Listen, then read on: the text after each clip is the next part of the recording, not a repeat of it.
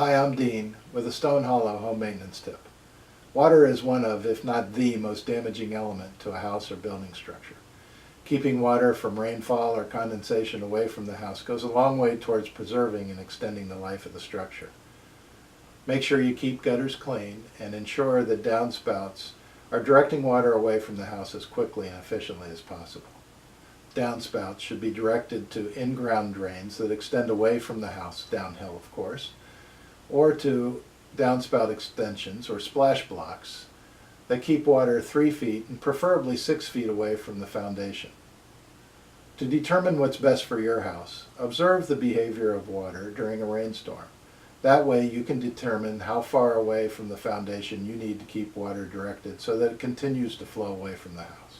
Remember, ensuring the water stays away from the house is a very important key to good home maintenance.